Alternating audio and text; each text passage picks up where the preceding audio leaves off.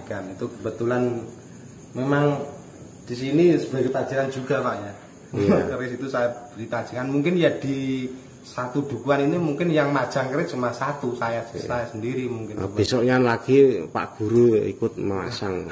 Itu mungkin karena saya tujuan kita itu uri-uri budaya Jawa, hasil kreasi leluhur kita. Selain itu saya juga barang-barang kawat itu sebenarnya suka yang lawas-lawas. Cocok jane aku yo padha sing lawas-lawas yo tak obani ya. Nggih. Kita coba saya sebagai contoh. Nggih. Ini diambilkan satu contoh, nanti contohnya lebih banyak lagi. Cara warangka, ini warangka baru kebetulan. Karena dulu kita dapatnya besinya atau wilahnya keris ini dulu, intinya kita dapatnya wilahan saja. Ini dari bentuk warangka ini sendiri, yaitu termasuk warangka ladrang. Jenis ladrang. Ini jenis ladrang yang dari Surakarta, ladrang Solo ini. Ladrang Solo, dan bahannya ini dari bahan kayu kemuning, Pak. Ini dari bahan kayu kemuning, dan pendoknya sendiri ini pendok bungkem. Memang kalau kita mau melihat keris, membuka keris secara adab, bisa secara tata cara ya. Tata cara adab lah ya. Secara adabnya itu keris itu dipegang seperti ini. Kita buka seperti ini, kita sebagai penghormatan, karena ini dulu mungkin kita nggak tahu, mungkin ini dulu dibuat dengan si empunya dengan tirakat, dengan puasa yang bertujuan untuk istilahnya itu memohon kepada Allah, kepada Gusti Allah, kepada Tuhan Yang Maha Esa, agar kerisnya bisa cocok dengan si pemesannya. Adapun caranya kita buka seperti ini, kita tarik ke atas. Yang kita tarik bukan kerisnya ya, tapi warangkanya kita tarik ke atas. Seperti ini kita tarik ke atas. Sebagai penghormatan, istilah kita bukan berpikir yang macam-macam ya. Kita sebagai penghormatan hasil karya orang dulu, kita angkat lebih tinggi sedikit, kita lempar ke samping. Oh gitu. Nah, itu sebagai tujuannya. Jika ini mungkin ada energi yang istilahnya itu negatif atau tidak cocok dengan kita lemparkan dulu. Seperti itu filosofinya mungkin. Itu ada pergerisan seperti itu. Nah, ini sendiri warangkanya. Ini untuk wilahnya, kerisnya ini berdapur tilam upih. Coba bisa dilihat, ini berdapur tilam upih. Ini agak lumayan panjang dari segi wilahnya, ini termasuk panjang. Ini seperti ini. Nah, setiap keris biasanya itu disertai dengan yang dinamakan pamor. Pamor itu seperti badian seperti ini. Ini namanya pamor. Ini pamor karena ceritanya itu keris kan dibuat itu dari 3 logam. 3 logam yang dulu dibuat si empu itu dari bahan biji besi atau mungkin pasir besi, ada yang bahan baja, dan yang tidak kalah uniknya itu dari batu meteor. Batu meteor. Seperti ini. Saya memang suka keris itu, ya begitulah uniknya. Di zaman dulu bisa menggabungkan 3 bahan unsur bahan yang berbeda. Gitu. Sekarang saja saya coba pesan keris di pandi-pandi sekarang itu kesulitan. Tidak jadi. Tidak jadi. Mungkin jadi sangat-sangat. Memang tidak seperti dulu. Mungkin tirakatnya orang dulu itu begitu hebat mungkin. Cuma saya sendiri memang saya suka seperti itulah, unik, langka, dan mungkin saja dulu dibuat juga dengan tirakat si empu-empu pembuat. Untuk sebenarnya pembersihan itu berapa bulan atau setahun? Ini untuk pembersihan wilahnya itu sendiri kita menyesuaikan kondisi wilah. Kalau wilahnya itu dalam 1 tahun masih utuh seperti ini sudah warangan sekitar 1 tahunan lebih. 1 tahunan lebih ya? Ya, ini cuma perawatannya kita setiap 1 bulan sekali kita olesin minyak. Oh, minyak. Ya. Nah, untuk warangan? Untuk warangan sendiri, biasanya kalau saya itu dapat keris yang masih ori dari dukuhan atau ori dari alam, temuan alam maksudnya, itu kita bersihkan dengan cairan perpaduan antara air jeruk nipis dengan cairan air dari pace plus dengan air kelapa, kelapa muda atau kelapa hijau. Itu saya campur, kita rendam. Kalau parah karatnya itu sampai 4 hari 5 hari baru bisa menjebol itu. Baru luntur, bisa luntur. Bisa luntur seperti itu. Ya, ini sendiri ini pamornya menurut saya ini memang agak unik juga sih.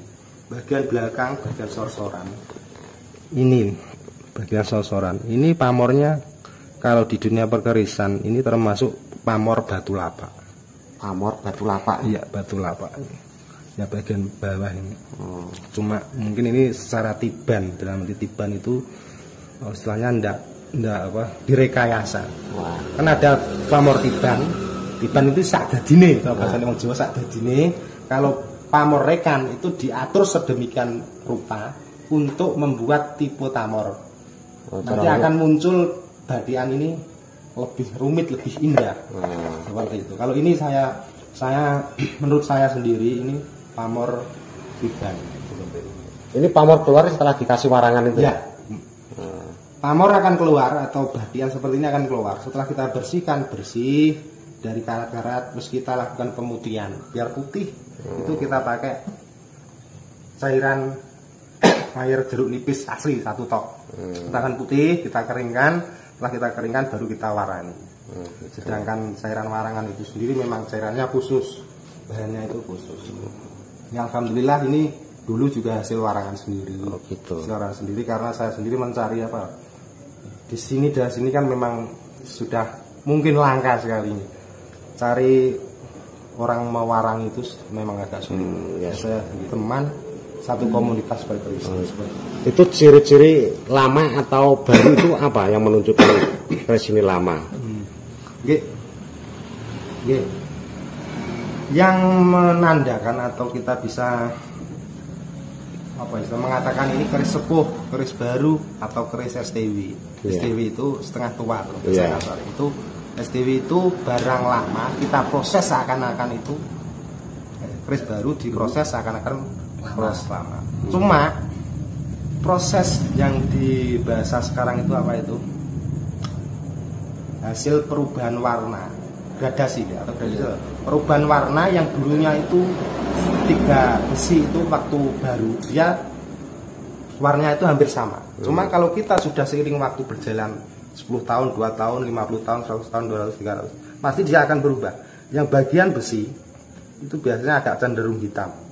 Ini seperti ini. Ini agak cenderung hitam, ini bahannya dari besi. Yang cenderung abu-abu yang sebelah pinggir ini kan yang dinamakan dalam perkerisan itu slorok. Itu terbuat dari bahan baja. Makanya ini ada yang abu-abu. Kan ya busik-busik ya. Busik-busik, ada yang hitam, ada yang putih. Kalau yang putih ini berbahan jenis batu meteor. Kita mungkin bisa dilihat, ini ada perbedaan warna. Yang bagian pinggir ini semakin kalah itu ada selorok, dia itu dari baja. Nah, warna ini tidak bisa terbentuk dalam 1 tahun, 2 tahun, 3 tahun, 4 tahun, 5 tahun. Tidak bisa terbentuk karena ini perubahan warna. Kalau sudah sama itu namanya apa ya? Gradasi, Bu. Gradasi atau apa? Itu mungkin ada bahasanya. Perubahan warna yang dipengaruhi masa waktunya itu lama, itu akan berubah sendiri. Nanti akan saya tunjukkan keris yang baru, Pak. Untuk perbedaan. Cocok. Perlu semua ditunjukkan. Ini keris lama dan ini sendiri dinamakan tilam upih. Dilihat dari mana? Tilam upih itu terdiri seperti ini. Lurus kerisnya itu bentuknya lurus. Yang di bawah ini ada gandiknya polos. Ada polos. Ini ada pejetan di sini. Ini pejetan tapi terhenti di sini. Ini ada kayak apa ya? Penyekat atau galengan lah. Itu namanya pejetan. Di atasnya ini seperti apa itu seperti galir kok nggih. Cekungan gitu. Cekungan. Itu namanya tikel alis. Tikel alis. Nggih, yang di cekungan ini mesti ada. Ini cekungan, tikel alis. Terus bagian belakang itu polos sendiri, ini namanya gonjo. Ini namanya tikel alis, ini gandik, pejetan. Nah, bawahnya gonjo biasanya itu khasnya lama dan baru bagaimana? Yang ini, bawahnya gonjo itu loh, pegangan. pegangannya ini. Ya kan pas pegangan besinya itu loh maksudnya. Ini. Ya di dalam pegangan besi. Sing pas nempel gonjo itu. Oh, yang namanya peksi itu ya? Ah ya. Peksi. Kalau peksi biasanya kan kalau kesatuan dengan bilahnya itu, kalau itu sambungan biasanya itu di sini dia akan ada agak cembung sedikit karena di sini akan dibur, ditancepi peksi baru. Misalnya itu peksinya sudah terpotong oleh waktu itu, dia akan dibur, dimasukkan ke sana. Oh gitu. Nanti akan kelihatan lah perbedaan warna, perbedaan besi. Kalau saya sendiri untuk apa ya, meyakini ini keris lama atau baru, gampang saja.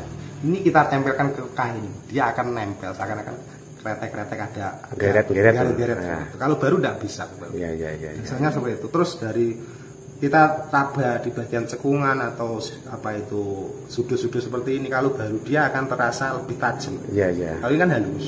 Itu gampang-gampang pengalaman, teman. Iya. Sistemnya seperti itu. Nanti kita coba apa ya? Bandingkan dengan yang baru. Saya ada beberapa baru yang memang saya pesan khusus di Empu. Saya memang pesan Empu juga. Cuma bukan Empu di sini. Saya Empu di daerah Blitar dan Empu daerah Madura. Saya pesan khusus. Ini namanya tilam putih dengan pamor batu lapak. Yang atas ini jaringan. Ini ada perbedaan. Ini apa?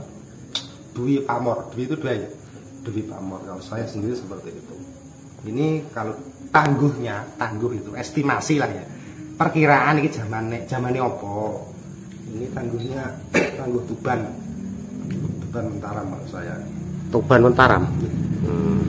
Dari modelnya, dari besinya itu ada. Nanti Tuban besinya itu ada kering. Berarti ada karakter sendiri. Nanti kita coba ada tangguh Madura, saya ada perbedaan nanti juga tilam putih juga, cuma beda.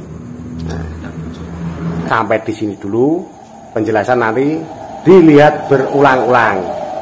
Kurang jelas, putar lagi sampai jelas. Terima kasih. Wassalamualaikum warahmatullahi wabarakatuh.